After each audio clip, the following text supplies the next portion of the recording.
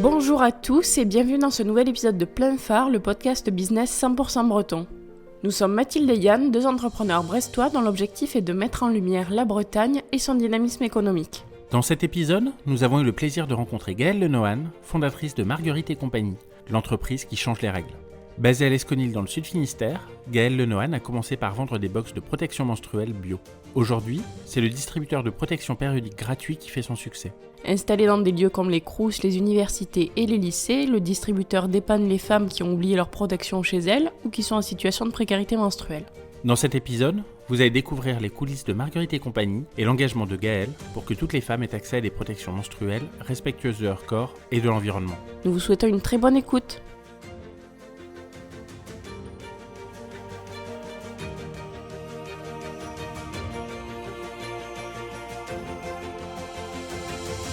Bonjour Gaëlle, merci beaucoup de nous recevoir chez Marguerite et compagnie à l'Esconil. Pour ceux qui ne te connaissent pas, est-ce que tu pourrais te présenter en quelques mots s'il te plaît ? Je m'appelle Gaëlle Lenohan et je suis la fondatrice et présidente de Marguerite et compagnie, une entreprise éco-responsable, solidaire et résolument féministe. Est-ce que tu peux nous présenter ce que fait Marguerite et compagnie au quotidien, les services, etc. En toute modestie, j'ai créé Marguerite et compagnie pour révolutionner le secteur des protections périodiques.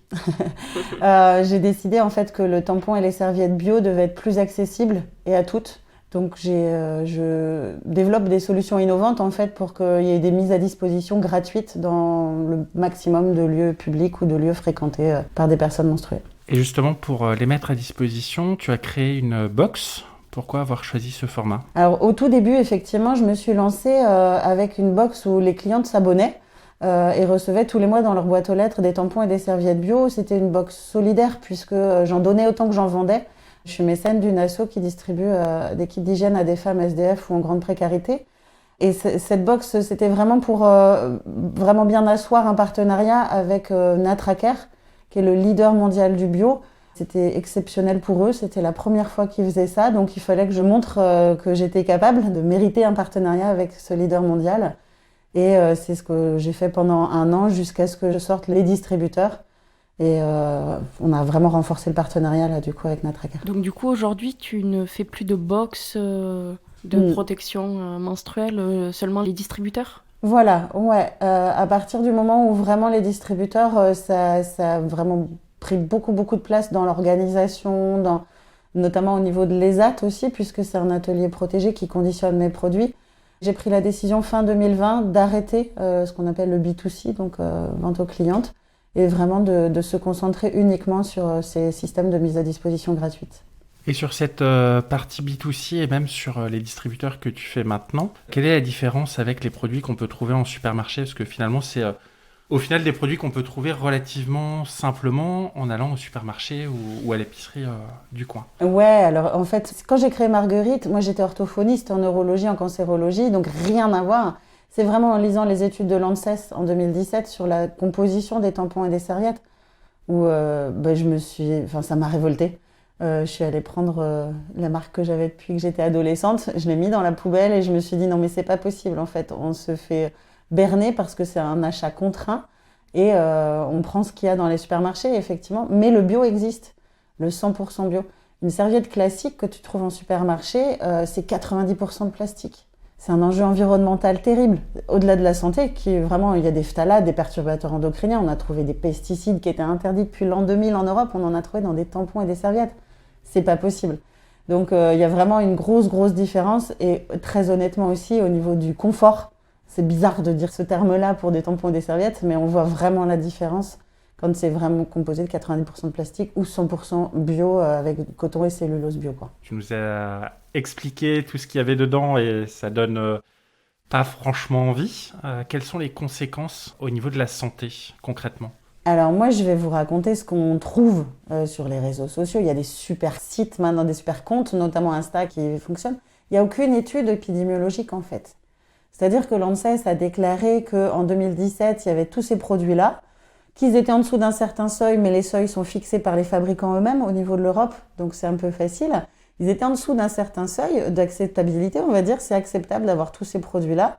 Par contre, à la fin, quand même, la conclusion de l'ANSES, c'était nous recommandons aux fabricants de diminuer, voire d'éliminer ces substances. Donc il y a quand même un truc problématique. mais derrière, il n'y a aucune étude. On sait qu'il y a des irritations. Enfin, clairement, quand on a commencé le bio et qu'on se remet un autre produit, une serviette notamment, il y a vraiment des irritations. On le sent que c'est plus la même chose en fait. Mais on le supporte en fait. Comment tu expliques qu'il n'y ait pas d'études comme ça? Parce que ça concerne quand même 3 milliards de femmes sur Terre, donc c'est pas un petit sujet. J'en ai discuté avec beaucoup de médecins et il s'avère que c'était notamment des médecins masculins. Pour leur poser cette question, des gynécos. Et ils me disaient, mais vous vous rendez pas compte, Gaëlle, en fait, vous avez toutes des règles tellement différentes, des fluctuations hormonales. Ça va être très difficile, en fait, de trouver quelque chose de vraiment flagrant. Et là, je les regarde, je dis, mais vous avez juste la moitié de l'humanité comme cobaye. Je pense qu'on peut quand même sortir des moyennes et des études quand même. Enfin, on peut en prendre. On a vraiment toutes, effectivement, une morphologie et un fonctionnement hormonal différent, mais il y a moyen quand même de trouver des études épidémiologiques. Je pense que il faut se dire quand même que derrière ça, ces fabricants-là, ces 3 grands groupes qui ont toutes les marques quasiment du monde, nous sommes captifs en fait, puisque c'est les seuls produits au monde qui sont vendus où les fabricants peuvent dire la moitié de l'humanité pendant 40 ans aura besoin de mes produits. Le papier toilette, dans certaines sociétés, on s'en passe. Les serviettes, on sait qu'aussi il y a beaucoup malheureusement de femmes qui s'en passent, des serviettes et des tampons qui font autrement dans le monde. On en reparlera tout à l'heure. Mais quand même, c'est le seul produit au monde qui est une nécessité pour la moitié de la population. C'est assez énorme, donc en fait, ils font ce qu'ils veulent. Voilà, la conclusion, c'est ça. On parle un petit peu de valeurs, là, justement. Quelles sont les valeurs que tu défends avec Marguerite et compagnie ? Les valeurs du soin, en fait. Déjà, c'était ça l'origine. C'était vraiment de se sentir floué au niveau de la santé. C'était ça qui m'a... La santé des femmes, je savais que c'était déjà un problématique, de façon générale...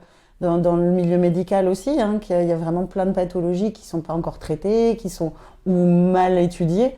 Là, c'était vraiment tellement flagrant que c'est ça qui m'a mise en colère. L'environnement, évidemment, puisque ici, on est à l'Esconil, on est sur un port, on a un environnement extraordinaire, mais il n'y a quasiment pas une seule balade sur la plage où on ne trouve pas un protège-slip, une serviette ou un applicateur. Ça, c'est plus possible aussi.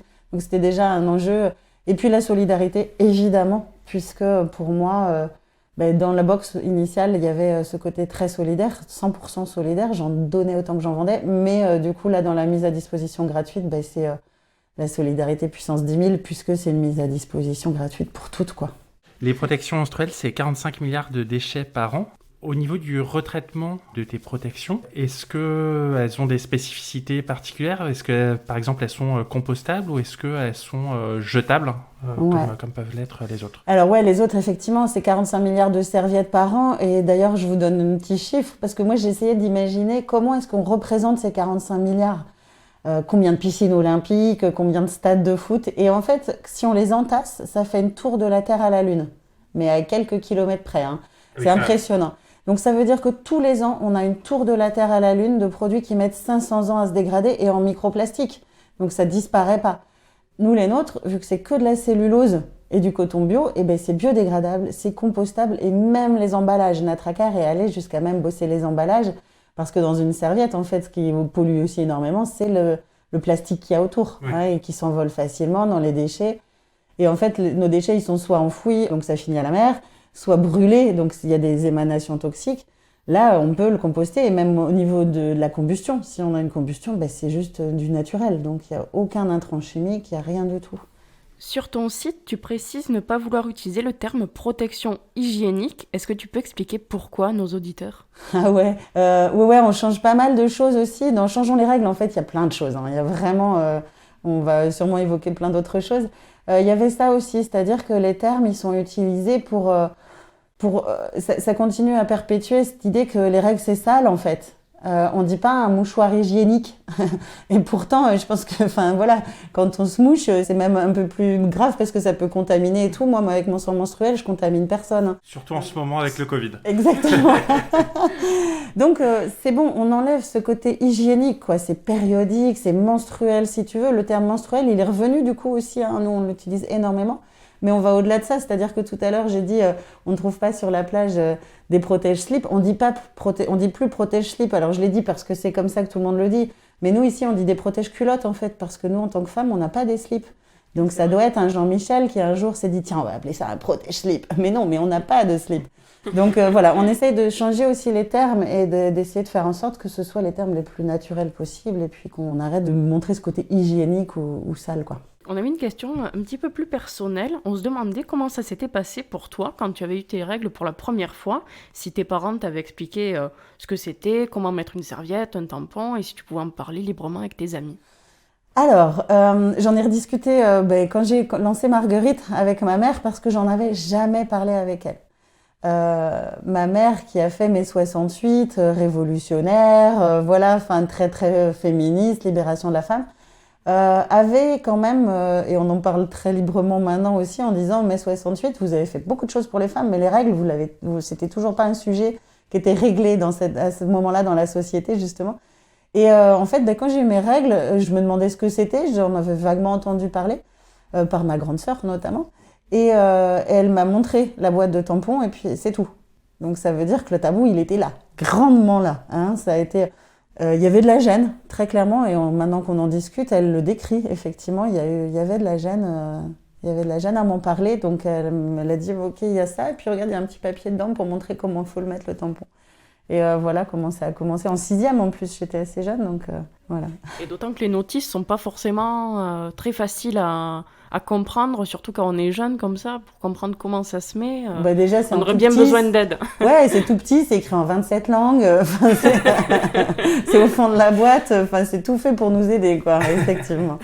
Il y avait une deuxième partie dans ta question, je crois. Oui, est-ce que tu en parlais aussi librement avec tes amis ou pas du tout ? Eh ben non, pas du tout, en fait. On l'évoquait entre copines, mais vraiment de façon super gênée aussi. C'était vraiment pas un sujet de conversation. On voit une grosse différence avec les générations de maintenant. C'est vraiment assez impressionnant. Quand tu t'es réorientée, quand tu as commencé l'aventure Marguerite et compagnie, quels étaient tes critères pour choisir les protections menstruelles à vendre avec ton entreprise ? Alors en fait, en avril-mai, je lis les études de l'ANSES. Tout l'été, ça me tracasse, ça me tourne dans la tête. Je me dis, il faut faire quelque chose. Les box, j'avais déjà eu l'idée quelques années avant. Je crois en 2012-2013, quand l'économie de la box était arrivée, je m'étais dit que les tampons et les serviettes, c'était quand même un truc qu'on pouvait recevoir tous les mois. C'était logique, en fait, la box. Et tout ça commençait à se mettre en place dans ma tête. À partir de septembre 2017, je suis passée à mi-temps à mon cabinet d'orthophoniste en neurologie et en cancéro, là. Et je me suis dit, bon, par quoi je commence ? Bon, je trouve un fournisseur. Et c'est là qu'en fait, je me suis rendu compte qu'il n'y avait que 2 fournisseurs au monde qui faisaient vraiment du 100% bio et traçable. On peut acheter sur Alibaba des tampons bio, hein, avec 10 pages de certification en chinois, mais c'est pas du vrai bio. On les a tous achetés, en fait, et je les ai tous testés. Il y a des tests très simples, on met dans un verre d'eau, on voit tout de suite si un voile de polyester autour ou pas. Donc déjà, c'est écrit bio, mais tu as du plastique, donc ceux-là, on les met de côté. Oui, donc si ça se dissout dans l'eau, on imagine sur le corps humain. Ben ouais, c'est surtout le voile, on le voit très clairement, c'est un tube, le tampon, il gonfle au-dessus, il gonfle en dessous, et là, on voit un tube. Et le tube, c'est forcément du plastique. On arrête le plastique en 2021, et surtout pas au contact de notre muqueuse vaginale. Et en fait, j'ai trouvé Natracare. Ça a failli mal commencer, parce qu'en fait, je leur ai écrit un beau mail et tout. Et quand ils m'ont répondu, ça arrivait dans mes spams. Donc, au bout d'une semaine, je me permets de vous redéranger. Est-ce que vous seriez OK ? Et au bout du 3e mail, j'ai mon téléphone qui sonne directement. Mais Gaëlle, on vous répond en fait. Oh, regardez, look at your spams. Oh. Et là, c'était parti en fait. Et c'est une super aventure. Qu'est-ce qui t'a plu spécialement chez Natracare ? Alors j'ai regardé aussi un peu tout, d'où venait, c'est une fondatrice, c'est une présidente, c'était une grande militante Greenpeace qui, elle, en 90, quand elle a eu des enfants, a senti les couches des enfants et elle s'est dit mais ça pue le chlore en fait, c'est quoi ce truc ? Et puis elle a réalisé que les tampons et les serviettes c'était la même chose, hein, c'était la même industrie et c'est là qu'elle a voulu vraiment révolutionner et changer les choses. Et puis, elle favorise plutôt des agricultrices pour les rendre autonomes financièrement. Enfin, il y a le 1% pour la planète. Enfin, toutes les valeurs, en fait, je retrouvais exactement mes valeurs dedans. Et maintenant, on discute souvent ensemble. Et effectivement, c'est ce qu'elle décrit aussi. Elle a trouvé en moi les valeurs, en fait. Et puis, une façon, effectivement, d'aller plus loin encore que ce qu'elle voulait. Donc, c'est chouette. Les serviettes et les tampons sont produits où ? Alors, les tampons sont fabriqués en Allemagne. D'accord. Et les serviettes en Grèce. Natracare est au Royaume-Uni. Quand ils ont conçu l'entreprise, c'était les limites les plus à l'est de l'Europe, en fait, pour vraiment faire moins voyager aussi le coton qui venait plutôt d'Europe centrale, d'Ouzbékistan, enfin voilà. Donc c'était le plus près possible pour éviter des transports et pas faire revenir tout au Royaume-Uni pour réexporter derrière. Il y a vraiment toute une logique que j'applique aussi moi au quotidien. Bien sûr. Tu fais conditionner les box et les distributeurs aujourd'hui dans un atelier ESAT de l'Association des paralysés de France. Est-ce que c'est important pour toi de permettre à chacun de travailler ? Évidemment. En fait, je rejoins mon métier d'avant puisque j'avais des patients qui bossaient dans cet ESAT-là. Et quand j'ai imaginé, quand j'ai conçu le truc, je me suis dit, OK, alors il va me falloir tel poste, et puis beaucoup de logistique et beaucoup de conditionnement. Et là, d'un seul coup, ça m'est venu en fait. Mais les ESAT de l'Audet, là, je crois bien qu'ils font des choses comme ça. J'ai cherché, effectivement, ils font de l'envoi pour d'autres marques. Et au début, on a commencé tout petit, on construit tout ensemble aussi, puisque c'est une toute nouvelle activité pour eux. Et maintenant, il y a une 15aine de personnes en situation de handicap et en insertion professionnelle, du coup, qui bossent toute la journée pour conditionner et expédier aussi toutes les commandes à nos clients. Ton distributeur, on l'évoque depuis le début de l'entretien, mais tu ne l'as pas encore réellement présenté. Tu l'as breveté. Est-ce que tu peux nous expliquer comment il fonctionne ? Alors, le distributeur, en fait, c'est un boîtier mural qui est en tôle, parce que je voulais que ce soit un système pérenne, en fait, qui reste longtemps. Donc, c'est un système qu'on fixe au mur pour aller vous dire jusqu'où je peux être perfectionniste, c'est qu'il est livré avec un plan de montage, avec l'endroit où on doit percer. Il y a juste à le coller au mur et on perce là où j'ai dit de percer.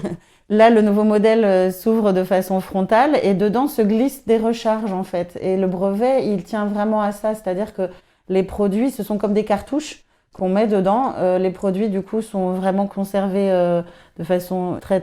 Il y a des règles d'hygiène, en fait, qui sont là. Il n'y a pas de manipulation. On glisse la recharge dedans et on enlève une petite partie prédécoupée en bas. Et après, on se sert de façon très naturelle. Il n'y a pas de mécanisme, ça ne peut pas tomber en panne. Et c'est juste du carton, en fait. Et dedans, du coup, il y a des serviettes, des tampons et des tampons avec applicateur. Voilà, il y a 100 de chaque.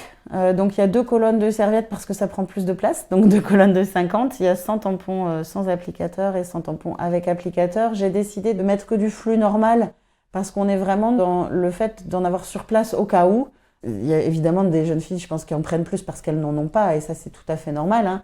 Dans certains lieux de vie vraiment, comme à la prison des femmes de Rennes et de Brest par exemple, on propose aussi un distributeur en super. Où est-ce qu'ils sont installés ces distributeurs ? Tu nous parlais des prisons, mais je crois qu'il y a d'autres endroits également. Ouais, les premiers ont été installés à la fac de Rennes 2 et dans toutes les CTU du Crous de Bretagne, parce que j'avais vu qu'à Rennes 2, ils avaient lancé un budget participatif en avril 2019. Moi, j'étais en train de finir de le dessiner, d'écrire tout le brevet. C'était quand même assez long, en fait, un brevet.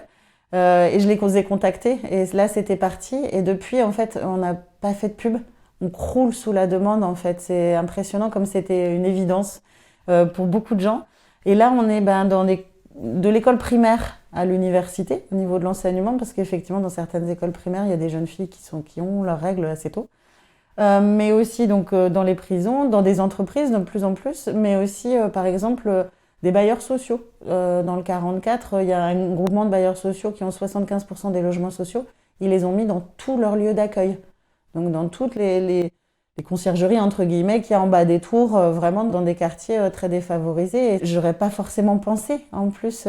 C'est génial, il y a des initiatives comme ça. C'est souvent en fait à l'initiative de quelqu'un qui a vu une publi et qui monte un projet. Donc nous, on les aide énormément avec le maximum d'infos, le maximum de données. Là, on peut dire qu'actuellement, dans les établissements d'enseignement, en tous les cas, on est à peu près à une consommation qui revient à 1 euro par mois par jeune fille. Donc, c'est pas énorme pour un lycée, pour un collège. Ils se rendent compte que c'est un investissement. Au début, c'est pas forcément facile de les convaincre. Quand ça vient d'élèves, par exemple, et tout, on voit que les élèves galèrent un petit peu dans certains établissements. Mais ça devient une évidence, en fait. Pour le Crous de Bretagne, très rapidement, il m'avait dit, mais nous, quand il n'y en a plus, on en remettra, et puis c'est tout, ça va arriver dans notre budget de fonctionnement. C'est ça mon but, en fait, que ce soit la collectivité qui supporte ce coût-là. C'est pas logique que ce soit uniquement les personnes menstruées qui supportent ce coût-là, en fait. On n'a pas choisi d'être avec un utérus qui saigne tous les mois.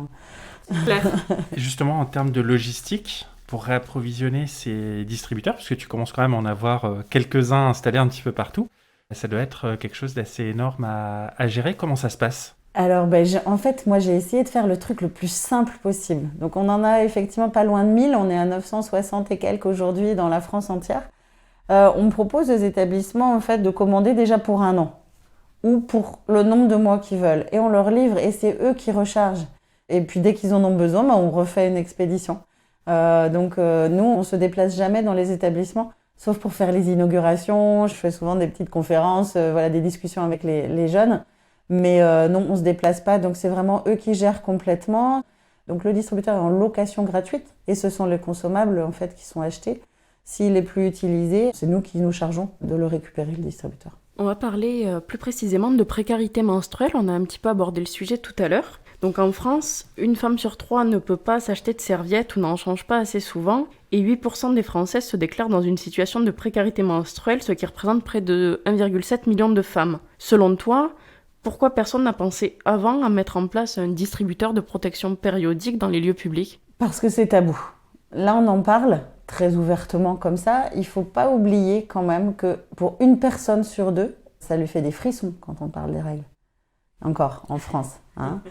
Trouve ça sale. C'est un sujet dont on ne parle pas.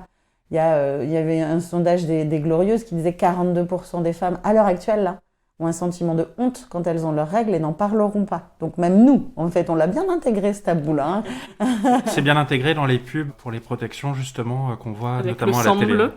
Voilà, maintenant, il n'y a plus de sang bleu, effectivement. Oui, mais il y a eu cette histoire-là de Viva la vulva d'une grande marque qui avait fait un peu scandale. On dit, waouh, ça y est, le tabou des règles, c'est fini. On en parle, on montre des vulves en rose, en huître, en tout ce que tu veux, en porte-monnaie. D'ailleurs, ça, c'était vraiment très, très cynique de leur part. Oui, parce qu'en fait, nous, on leur demande pas de casser le tabou à ces marques-là. On leur demande d'arrêter de nous vendre des produits toxiques. C'est tout. Donc, c'était vraiment un peu... Et le coup du porte-monnaie, c'était très cynique parce que vu à combien ils vendent leurs serviettes pour des produits qui sont potentiellement toxiques pour notre santé et assurément polluants, c'était un peu cynique, effectivement. Donc, je pense que c'est vraiment à cause de ce tabou, en fait, que personne n'y avait pensé. Personne n'ose revendiquer, dire « mais moi, je veux pas payer mes serviettes ». On ne le disait pas encore. C'est un mouvement qui est né en 2015, notamment aux États-Unis, à New York. Il y avait un proviseur d'un lycée qui avait dit « mais c'est pas normal, je vais mettre des tampons et des serviettes à disposition ». Après, dans New York, il y en avait plusieurs établissements. Je crois qu'il y avait eu aussi une prison ou quelque chose comme ça. Et puis, ça est venu petit à petit. En Écosse, ils ont décidé en 2018 de mettre gratuit pour les collèges, lycées, universités. Et puis là... l'aboutissement total, l'Écosse, le premier pays au monde depuis janvier à faire en sorte que ce soit gratuit pour toutes les Écossaises. Donc moi je sais quel modèle je suis et je continue à travailler évidemment avec l'Assemblée nationale, le Sénat et le gouvernement pour aller vers ces objectifs de gratuité pour toutes. Parce qu'en plus en termes de budget, tu nous disais que par mois, dans un lycée, ça revenait à peu près à 1 euro par collégienne ou lycéenne. C'est rien en fait, ça coûte rien. Ça pourrait être facilement intégré dans un budget national. Ouais. Je pense que pour l'instant, en fait, c'est 1 euro parce qu'on voit entre 4 et 6 produits utilisés par mois par collégienne ou lycéenne ou par personne menstruée, mais parce que c'est pas encore une habitude. Parce qu'on n'a pas pris l'habitude encore, et puis on est beaucoup à avoir encore nos tampons, nos serviettes dans notre sac, et puis on va pas prendre quelque chose comme ça. Je pense que si ça devient habituel, le coût va augmenter, sauf que nous, on va évidemment aussi baisser notre coût, plus on aura du volume, donc ça va être... C'est ça, en fait, l'idée, c'est de se dire quand même, je discutais l'autre jour avec Martin Winkler, qui est un grand médecin, qui est maintenant exilé au Québec, et il me disait, mais t'as tout à fait raison, en fait. Moi, mes impôts, ils servent aussi à rénover l'énorme stade de foot à côté, mais j'y mettrai jamais les pieds. En fait, c'est le principe de l'impôt, justement, c'est le principe de support de la collectivité, de besoins qui sont identifiés pour une population. Et là, c'est quand même juste pour la moitié de la population. Donc, c'est quand même une part de la population non négligeable. Et oui, et qui gagne déjà 20% de moins, qui est souvent en situation précaire. Ça paraît une évidence, et je pense qu'on va y arriver. Depuis mai 2018, tu es en partenariat avec l'association ADSF, Agir pour la santé des femmes, donc qui vient en aide aux femmes en situation de grande précarité. Et du coup, Marguerite et compagnie a commencé à couvrir leurs besoins pour le kit d'hygiène distribué tous les mois en leur offrant une box pour chaque box achetée. Pourquoi cet engagement et est-ce que ça n'a pas mis en péril la réussite économique du projet ? Ça a mis en péril en fait la création surtout. Enfin, ça a été dur du coup de trouver un financement pour lancer, puisque évidemment les décideurs financiers, pour ne pas les nommer les banquiers, me disaient mais arrête, tu te donneras quand tu feras du bénéfice. Tu peux pas dire ton modèle, c'est donner autant que t'en vends. Ça n'existe pas, ça. Eh ben si, j'ai trouvé une banquière qui a cru, la première, qui a cru en mon projet. Et effectivement, le mécénat, ça faisait partie vraiment des piliers en fait de mon entreprise. Je voulais trouver le meilleur fournisseur, le modèle économique et un mécénat. C'était vraiment, pour moi, c'était une évidence. Je suis pas issue du commerce, donc j'avais envie de le faire avec mes valeurs. En fait, mon modèle, j'ai envie de changer les règles aussi de l'entrepreneuriat et de se dire, mais si on peut allier tout à fait la performance économique et la générosité.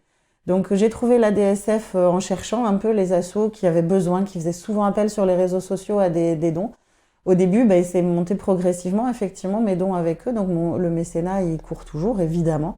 Maintenant, on couvre effectivement tous leurs besoins avec un peu plus de 6000 serviettes par mois données, en fait, pour leurs différents les kits d'hygiène, mais aussi ils ont des lieux d'accueil.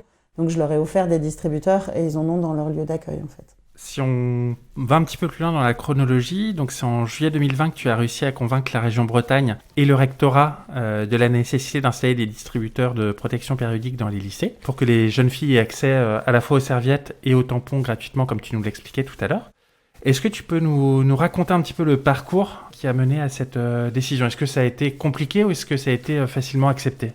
Le parcours, il rejoint en fait le parcours entrepreneurial, c'est-à-dire que moi je galérais. J'ai vraiment pendant 2 ans, j'ai pas eu de salaire.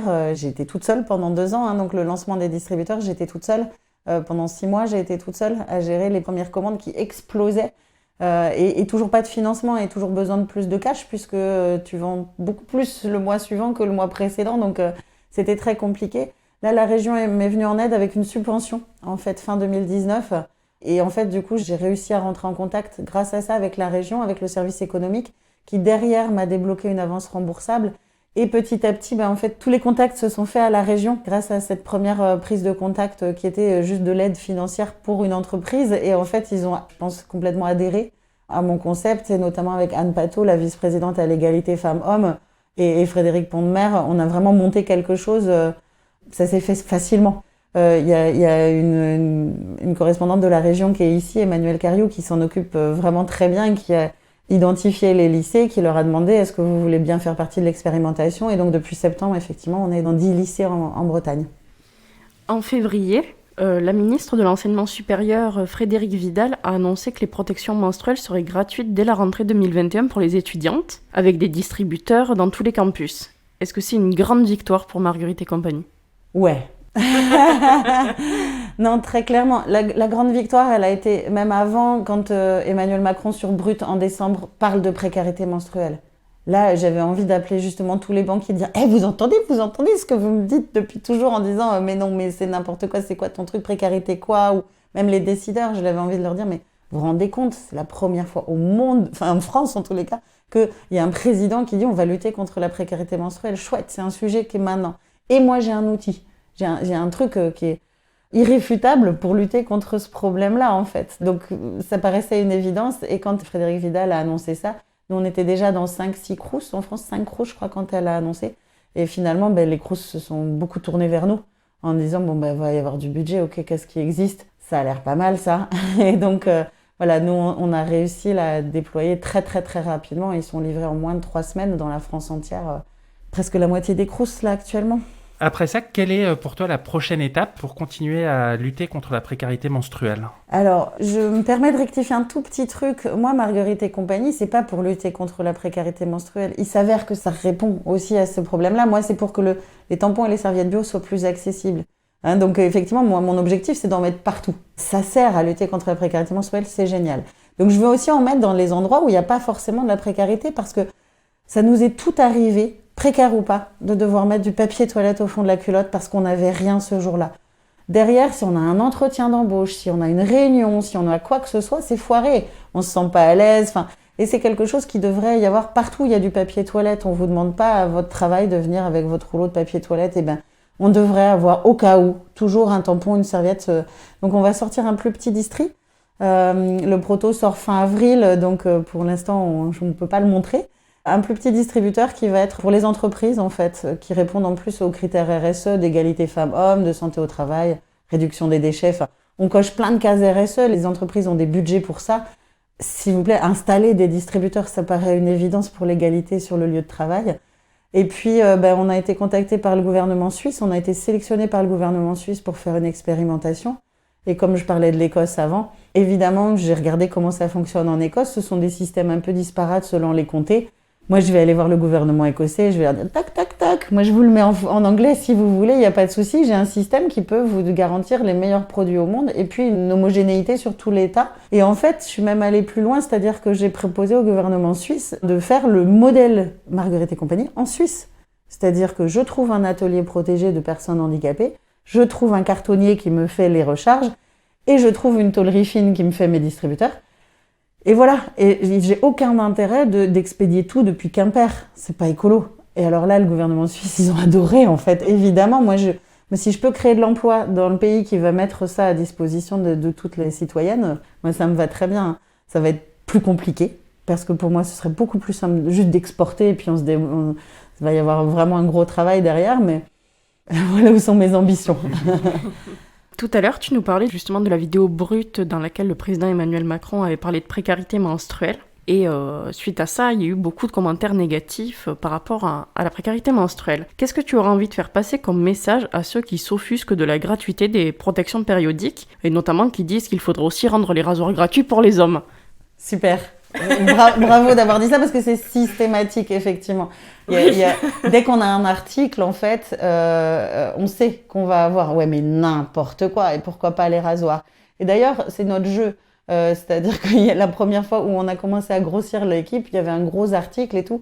Et on montre ça en vidéo, on était tous les matins avec toute l'équipe. Et là, je dis, vous savez quoi, si dans moins de 10 minutes, on n'a pas l'argument du rasoir, je me jette dans le port. En plein hiver. Hein. 8 minutes après, on avait l'argument du rasoir qui arrivait en ligne. Enfin, je prends plus beaucoup de risques, en fait. C'est tellement classique. Ce que je dis à chaque fois, c'est la barbe de 3 jours, tu sors sans te raser pendant 3 jours, c'est même valorisé, c'est un peu sexy et tout. Moi, si pendant 3 jours, je sors sans tampon et sans serviette, je suis pas sûre que la société l'accepte. Donc, on met pas du tout ça sur le même besoin, en fait.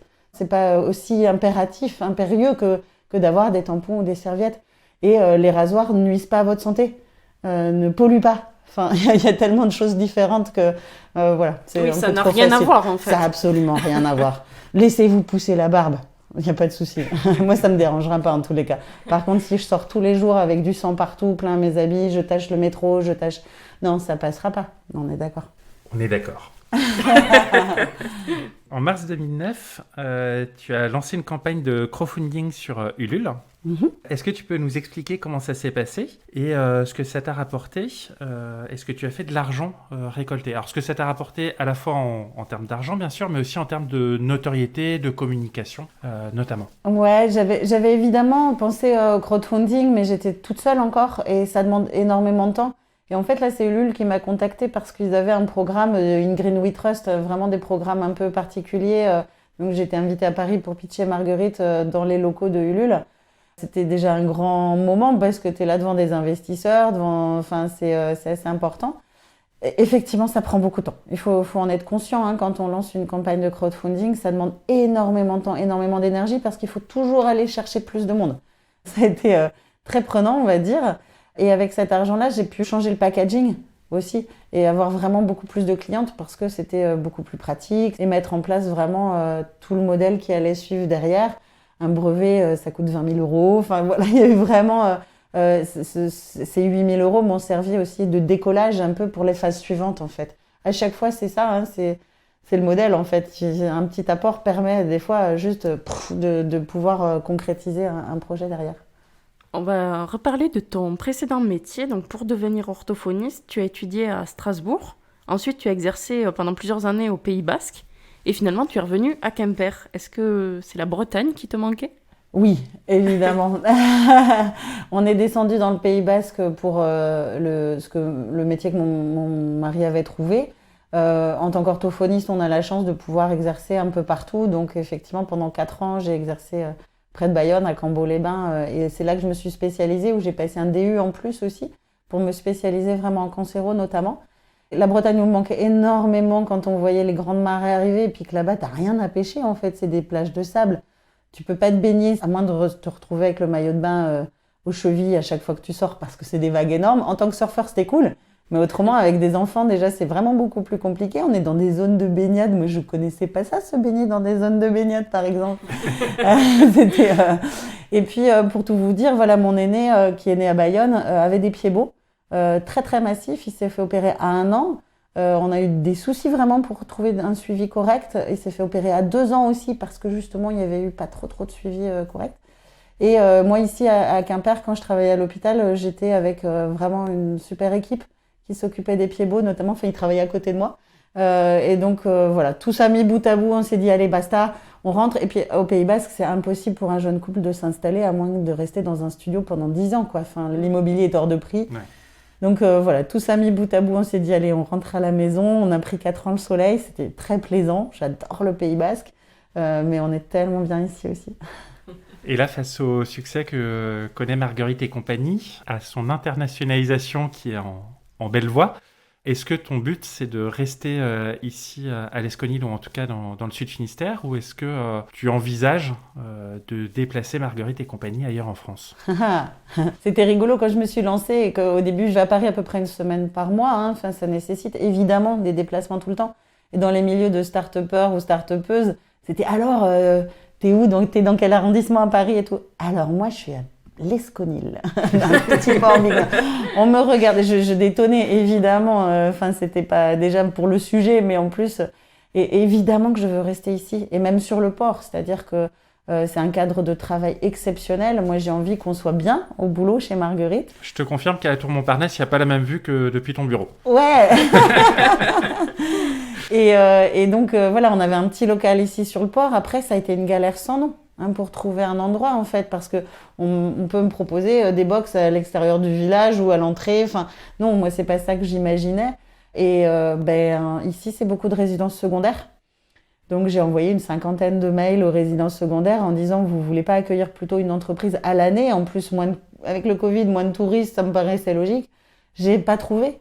Et heureusement que j'ai discuté avec le propriétaire de l'hôtel du port qui avait ce vieil hôtel du port en location pour un gîte.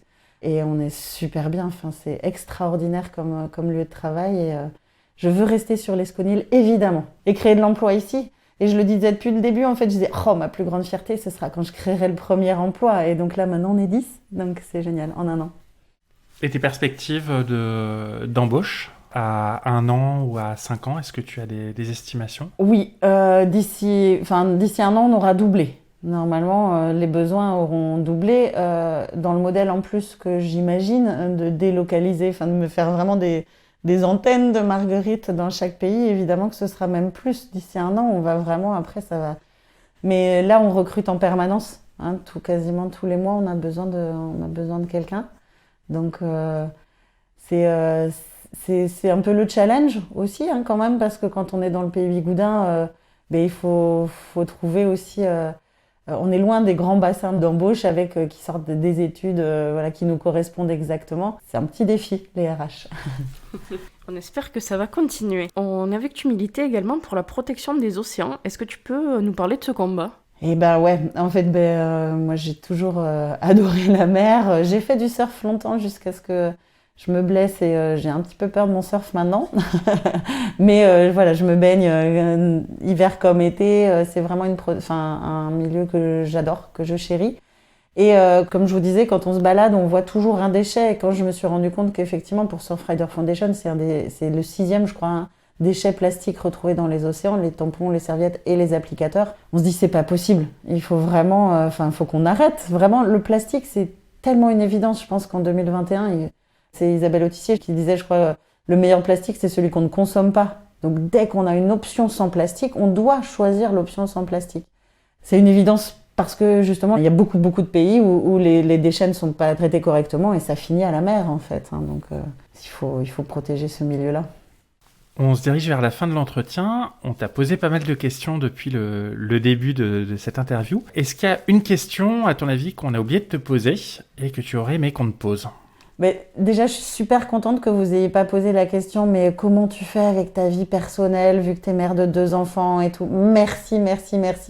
Je suis juste une chef d'entreprise et puis au mec, on la pose rarement cette question-là, donc merci de ne pas l'avoir posée. On va passer du coup aux questions plein phare. Donc, quel est ton endroit préféré en Bretagne ?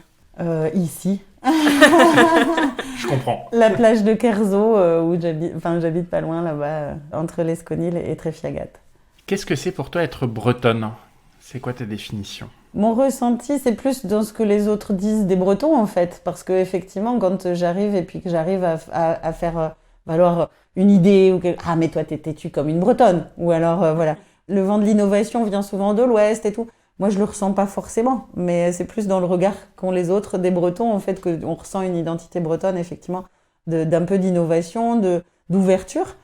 Effectivement, je suis têtue, mais je sais pas si c'est parce que je suis bretonne. Quelle est l'entreprise ou l'association à suivre en Bretagne ? Moi, j'aime bien mettre en avant le Braze Hacking. Je sais pas si vous connaissez, c'est un challenge de start-up engagé. C'est-à-dire que c'est un petit concours de start-up, mais alors qui est vraiment dans un environnement super bienveillant entre des start-up parisiennes et des start-up bretonnes. Et c'est vraiment que des start-up engagées, donc qui font avancer les choses au niveau social, au niveau environnemental, au niveau de la food, il y a 5 catégories, au niveau de la santé aussi.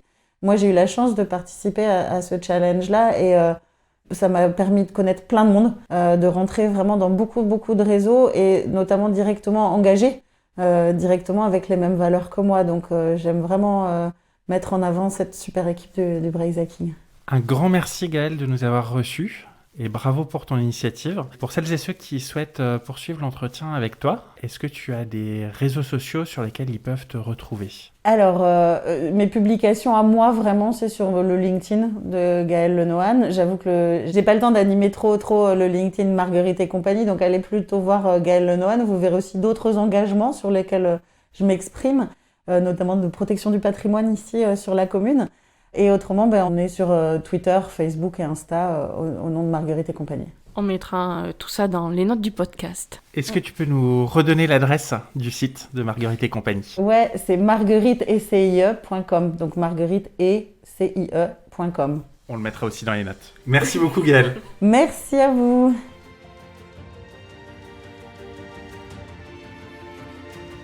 Un grand merci à Gaëlle Lenohan de nous avoir fait découvrir les coulisses de Marguerite et compagnie et ses engagements pour les femmes. Nous espérons que cet épisode vous a plu également. Si vous souhaitez continuer cet échange avec Gaëlle, vous pouvez retrouver les liens de son site et de ses réseaux sociaux dans les notes du podcast. Merci à vous pour votre écoute. On se retrouve d'ici 15 jours pour un nouvel épisode. En attendant, retrouvez-nous sur nos réseaux sociaux, Instagram, LinkedIn, Twitter et Facebook, ou sur notre site pleinphare-podcast.fr. N'oubliez pas de nous laisser un avis sur votre plateforme d'écoute favorite si l'épisode vous a plu. À très bientôt!